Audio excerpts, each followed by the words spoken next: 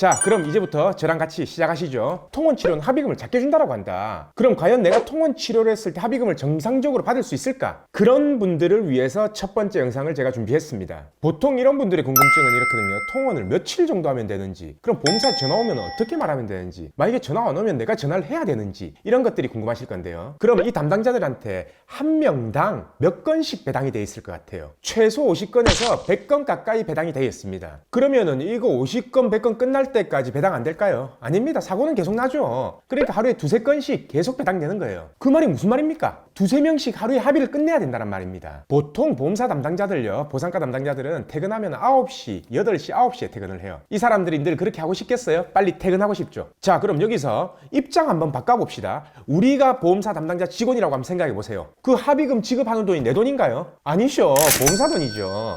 이 돈 많이 지급된다고 내 월급 깎이나요? 아니죠. 내 월급 안 깎입니다. 돈 많이 퍼줘도 됩니다. 대신 근거는 있어야죠. 돈 많이 나가도 안 무서워요. 왜냐? 내 돈이 아니니까. 그러면 보험사 담당자는 나는 뭐가 무섭냐? 민원이 무섭습니다.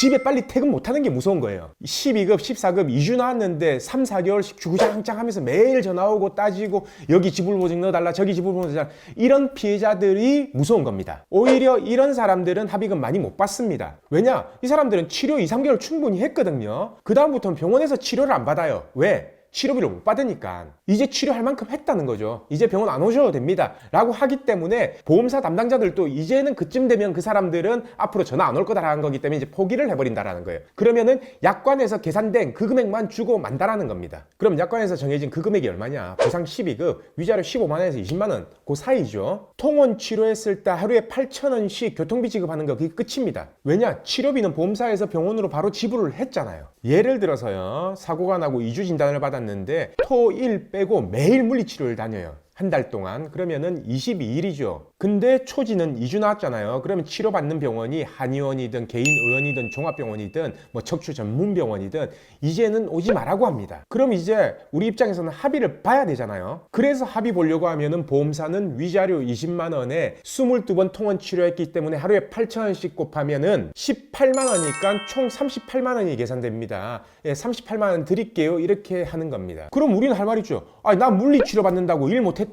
그 일 못한 대가는 안 주냐? 네, 그건 안 줘도 됩니다. 왜냐? 법원에서도 입원을 안 하고 통원 치료한 경우에는 일실수익으로 인정하지 않습니다. 그럼 또 우리는 이렇게 생각하죠. 네가 그런 식으로 하면 난 다시 입원할란다. 근데요, 교통사고 나고 나서 일주일이 지나고 나면요, 입원시켜주는 병원 없습니다. 뭐 예를 들어서 디스크가 갑자기 터졌다, 이런 경우 말고는, 아니면은 모르던 진단명이 갑자기 발견됐다, 그런 경우 아니고서는 입원 안 시켜줍니다. 그래서 그쯤 되면 보험사는 38만 원이 계산되는데 제가 12만 원 더 해서 그냥 50만 원 드릴 테니까 합의 보시죠, 이렇게 하는 겁니다. 그리고 이제는 치료하시든지 합의 보든지 알아서 하세요. 저는 이제 뭐 모르겠습니다. 보험사가 그렇게 했을 경우는 이제 방법이 없어요. 왜냐? 이건 소송 가도 100만 원 못 받으니까요. 물론 몸이 계속 아프면 계속 치료 받아야죠. 보상이 문제입니까? 돈이 문제예요. 근데 오늘은 제가 합의금을 가장 많이 받는 방법을 알려드린다고 했기 때문에 그 방법만 알려드릴게요. 보험사 담당자 입장에서는 돈 나가는 건 내 돈 아니죠. 근데 뭐가 중요합니까? 바로 인사고가죠. 내가 승진해야 될 거 아니에요. 나중에 팀장이든 센터장이든 달아야 될 거 아닙니까? 그러면은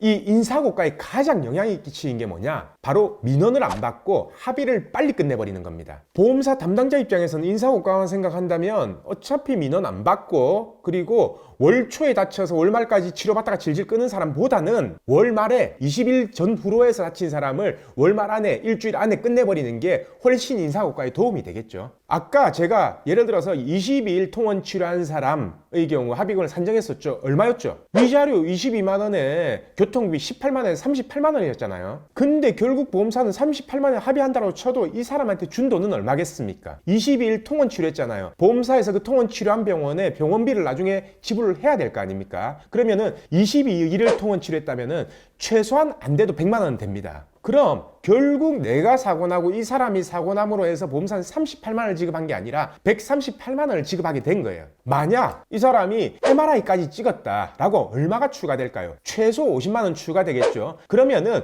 188만 원을 지급하게 돼버린 겁니다. 근데 만약에 MRI 촬영했다가 이상 나왔다, 다른 진단을 받았다, 그러면 훨씬 뛰는 거겠죠. 다른 진단을 안 받았다 하더라도 보험사는 이 사람이 다친 걸로 인해서 38만 원이 아닌 188만 원을 지급하게 된 거라는 겁니다. 결론은. 무슨 말이냐? 보험사는 한 사람이 다치면 무조건 지불해야 되는 비용이 이 비용이라는 겁니다. 그러면은 내가 치료를 안 받으면 내가 최대한 요구할 수 있는 금액이 얼마죠? 뭐 계산 다 되시죠? 그래서 보험사 직원한테 그냥 단도직입적으로 얘기를 하세요. 얼마 주면 합의를 하고 그냥 내가 알아서 치료를 하겠다. 그러면 그 담당자도 자기가 지급할 수 있는 최대 한도 내에서 얼마까지 지급할 수 있다라고 이렇게 제시를 할 거예요. 2, 3주 진단을 받은 경우에는 모든 사람들이 케이스 바이 케이스지만 제가 지금 말한 방법이 가장 합의금을 많이 받을 수 있는 방법이에요. 더 이상 뭐 많이 받을 수 있는 방법이 없습니다. 내가 소득이 많거나 아니면 내가 입원 치료를 해서 다른 진단이 나오지 않는 이상은. 근데 내가 MRI를 찍으려고 하는데 병원에서 허락을 안 해준다, 안 찍어준다 라고 했을 땐 그럼 어떻게 해야 될까요? 그래서 다음 2편에서는 이 MRI를 안 찍어줄 경우 어떻게 해야 되는지, 그리고 어떻게 하면 찍을 수 있는지에 대해서 바로 이어나가도록 하겠습니다. 1편에 이어서 2편으로 지금 바로 이어지고 있습니다. 우리가 교통사고 나면요, 별로 아프지 않은 부위에 대해서 엑스레이만 계속 찍어대요. 엑스레이는 찍어주면서 MRI 찍으면 안 되냐? 라고 하면 MRI 찍을 필요 없습니다 이렇게 하죠. 그럼 왜 그런 걸까요? 바로 병원비 때문입니다. 건강보험 심사평가원이라고 줄여서 심평원이라고 하는데요. 심평원에서 모든 의료 행위에 대해서 심사를 전부 다 합니다. 그래서 이거에 대해서 치료하고 촬영 실컷 해놨는데도 심평원에서 이걸 보고 이거는 과잉 진료다 라고 하면은 아예 승인을 안 해주는 거예요. 그러면은 자동차 보험회사에서도 이 병원으로 치료비를 지급할 필요가 없는 겁니다. 그래서 실컷 촬영하고 치료비를 못 받을 수도 있기 때문에 진짜 결과가 안 나오겠다 싶은 진단 그리고 증상들은 아예 치료 자체를 안 해주는 거예요. 그나마 MRI가 있는 병원은 어차피 있는 기계니까 뭐 전기세밖에 더 듭니까? 그래서 촬영을 해주는 경우가 많은데, 왜냐? 믿져야 본전이지 라고 이렇게 생각하는 경우도 있어요. 근데 MRI가 없는 병원은 근처에 영상의학과나 종합병원으로 의뢰를 해야 되거든요. 근데 나중에 의뢰했다가 불승인이 나게 되면요, 그 자기가 치료비를 물어줘야 되잖아요. 그렇기 때문에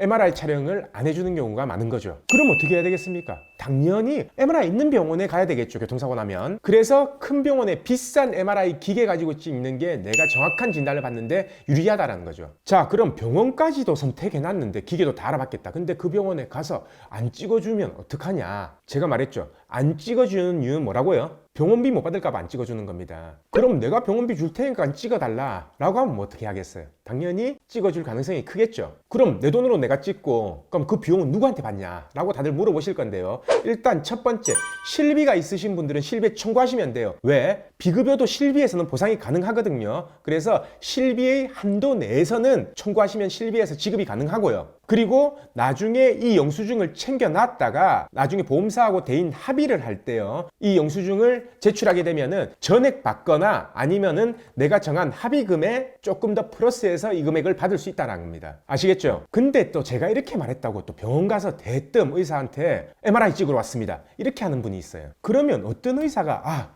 원하시면 찍어드리겠습니다 라고 해서 찍어주겠습니까? 어떻게 하냐면요, 아픈 부위하고 증상 등을 꼼꼼히 말을 하세요. 그래서 꼭 정밀 촬영을 해보고 싶다. 그리고 만약에 안 된다면 내 돈이라도 지불해서 일반으로도 처리해달라. 그러면 내가 그냥 지불하고 촬영하겠다 라고 이렇게 하시면 됩니다. 그리고 곧바로 세 번째, 그러면은 입원 치료 시 합의금을 가장 많이 받을 수 있는 방법은 어떻게 받아야 되느냐, 그거에 대해서 그대로 이어나가겠습니다. 입원 치료 합의금이 더 많을 수밖에 없는 이유는 뭐냐면, 입원은 하면 할수록 일실수익을 지급해야 되니까요. 최소한 입원을 했으면 일용직이면 일을 안 갔을 거고, 직장이면 뭐 병가든지 내 연차든지 쓰고 휴가를 냈을 거 아닙니까? 그래서 일실수익이 인정이 되는 겁니다. 그럼 우리가 통원에서 계산했던 것처럼 입원 시에 보험사 합의금이 아닌 보험사가 치료비 포함해서 내한테 전부 다 줘야 될 돈이 얼마인지를 한번 계산해 볼까요? 위자료 20만 원에 일용 근로자라고 하더라도 2주 정도 입원하면은 일실수익이 한 150만 원 정도. 그리고 병원 입원비 2주 정도 자면 하루에 6만 원씩 잡아도 엑스레이 찍고 MRI 찍고 했으면 한 150 정도 나왔을 거고요.